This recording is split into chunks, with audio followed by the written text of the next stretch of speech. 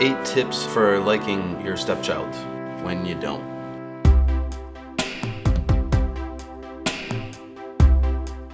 This channel is all about how to be a stepdad. This article is by Huffington Post. I haven't even read this one yet. I just thought the headline was funny, so let's review it. Let's see how well this goes. You want to see if these tips work? Okay. Create a vision for your life that includes your stepchild. Part of accepting your stepchild into your life is letting go of the fantasy that they are not a part of it and creating a new vision that includes them. It's okay to experience a flood of emotions as you let go of your old vision. Remember emotions, remember the old fantasy and feel the pain. To go back and say, okay, what was my old vision is a really good way to just analyze maybe your intentions of what you were actually trying to do, and then understanding like maybe I was trying too hard, maybe I forced something. The vision that I have is also with my wife's. I see a vision of all of us living together, being happy as much as we can, and following Jesus as much as we can. Like, for example, because visions could mean expectations. When me and my wife just had our wedding, I really wanted my stepdaughter to speak. We also gave her the choice. It was up to her. So I'm so glad that she ended up doing it. I would have been disappointed if I expected her to and then she didn't want to do it. And maybe she wouldn't have wanted to do it if I expected her to do it. Whew. Yeah, good luck. Number 2, address the behavior. This is true for anything. If you're working at a job, in a relationship with a spouse or significant other, a relationship with your children, your parents, family, friends, always address the behavior, and especially with kids, because these guys don't know what they're doing. Oh boy, this one seems heavy. Number 3, don't have regrets. If your stepchild were to die tomorrow, how would you feel about the way you treated them? Was it kind and gentle, or was it full of resistance and resentment? This is your chance to change things while you still can. Yeah, I agree with the seize the day. Don't have regrets. It's a weird way to say this tip. Number 4, find one endearing quality you can embrace. All kids have good qualities and bad qualities. All kids are born with a personality. That personality develops into some good behaviors and some bad behaviors. Both of my stepchildren have such amazing, strong qualities. They can be kind. They are both super smart, like they're both on the high honor roll. They do so many things well. They have some things that are really annoying. They're 10 and 17.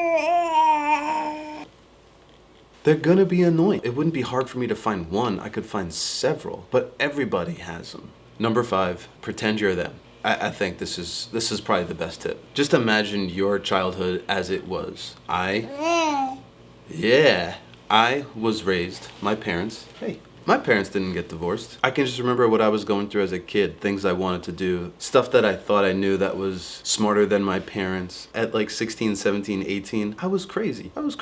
Now, if during that time my parents also split up, I think I just would have ended up doing things without a purpose. So if I put myself in their shoes, man, give the kid a break. Number 6, avoid getting stuck in the past. Yesterday's done, can't do anything about it. You have to move on. You have to move on. If you can't do that, then the behavior was not addressed, so go back to step 2. Number 7, spend more quality time with them. In the beginning, for me, it was hard to spend quality time with the kids because every time there was an attempt to spend more quality time with them, it was met with resistance by their dad. Depending on your situation, that may be easier or harder, but again, I think quality time actually takes time. Number 8, I love, spend less time with them. Again, going back to my situation, so much easier to develop a relationship with my stepson because we're both men.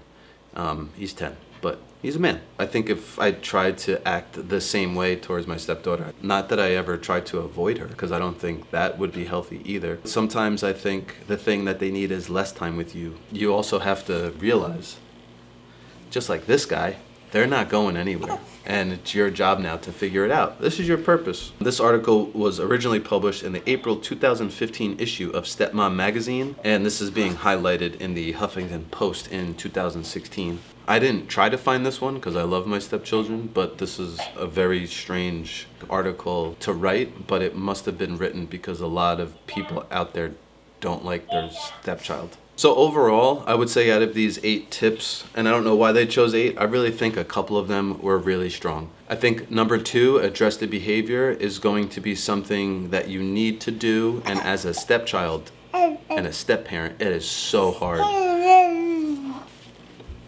to address behavior. Like, it is so hard to address behavior because it's so with so many layers of, are they gonna listen to me? Are they gonna say that you can't talk to me like that because you're not my dad? Are they just gonna not talk to you? Are they going to now play games and be manipulative? The don't have regrets I didn't like. The one quality you can embrace, I think you gotta find several qualities. I think that shouldn't be that hard to find several qualities that you like about anybody. Like, find a reason to like people. If you address the behavior, then you should not get stuck in the past. If you're stuck in the past, you did not address the behavior. So that was 8 tips for liking your stepchild. When you don't, please like, subscribe, and share. Building this channel would mean the world to me.